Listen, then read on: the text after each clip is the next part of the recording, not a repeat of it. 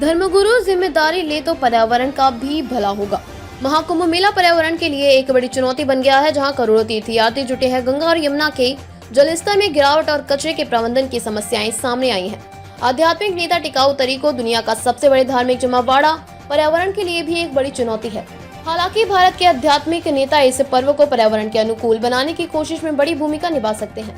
भारत की 140 करोड़ आबादी का करीब 1/3 हिस्सा महाकुंभ के मेले में अपनी हाजिरी दर्ज करा चुका है।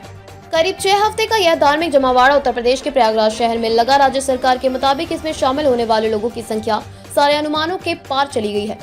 उत्तर प्रदेश के मुख्य सचिव मनोज कुमार सिंह इस आयोजन की सारी तैयारी पर नजर रख रहे थे। उनका कहना है कि दुनिया भर में इंसानों के सबसे बड़े धार्मिक उत्सव में करीब 52 करोड़ लोग आए, यानी औसतन हर रोज करीब 1 करोड़ लोग गंदा पानी, कचरे का ढेर। हालांकि इस तरह के आयोजन पर्यावरण के लिए गंभीर चुनौतियों के जन्म देते हैं। करोड़ों हिंदू तीर्थयात्रियों के यहाँ पहुंचने से स्थानीय जल संसाधन और इकोसिस्टमों पर भी भारी दबाव पड़ा है। इसके साथ ही भारी मात्रा में कचरा भी जमा हुआ है, जिसमें ऐसी चीजें भी हैं जो जैविक रूप से अपघटित नहीं होती और प्रदूषण का स्तर भी बढ़ा है। 45 दिनों के इस धार्मिक और सांस्कृतिक त्योहार के दौरान गंगा नदी के पानी की गुणवत्ता और कचरा प्रबंधन को लेकर चिंताएं बनी रही हैं।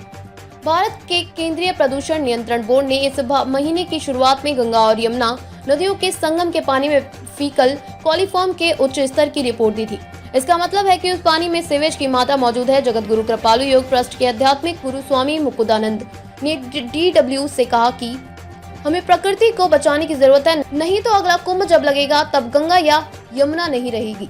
यह ट्रस्ट समाज के विकास को बढ़ावा देता है। उन्होंने यह भी कहा कि यही वजह है कि हम लोगों को कचरा सफाई, पर्यावरण और आरोग्य शास्त्र के बारे में सोचने और जागरूकता बढ़ाने पर काम कर रहे हैं। संत धार्मिक और आध्यात्मिक नेता पहली बार कुंभ में साथ आकर जलवायु संरक्षण और पर्यावरण से जुड़े मुद्दों को उठा रहे हैं और इनके समाधान में धार्मिक संस्थाओं की भूमिका पर चर्चा कर रहे हैं।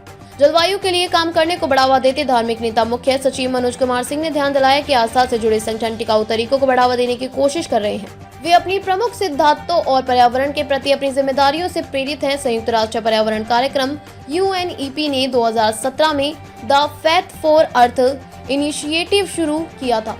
यह रणनीतिक रूप से आस्था से जुड़े संगठनों को सतत विकास लक्ष्यों और 2030 के एजेंडे को हासिल करने के लिए प्रयासों में शामिल करता है। इसी तरह इथियोपिया के ऑर्थोडॉक्स टेवा हेदो चर्च ने कई सदियों से जंगलों को बचाने में मदद देकर जैव विविधता का संरक्षण किया है। सिंह का कहना है कि हम लोग भी धर्मगुरुओं की मदद से लोगों को प्राकृतिक से जोड़ने की कोशिश कर रहे हैं। यह अभी शुरुआत है और बहुत कुछ किया जाना बाकी है। उन्होंने यह भी कहा कि अगर आस्था, धर्मगुरु, समाज और सरकार जुड़ जाए तो हम समाधान निकाल सकते हैं। बहुत से लोगों का मानना है कि आस्था के जरिए शिक्षा और सक्रियता से धार्मिक नेता जलवायु के लिए किए जाने वाले कामों के अपने समुदायों में ताकतवर झंडा बरदार हो सकते हैं।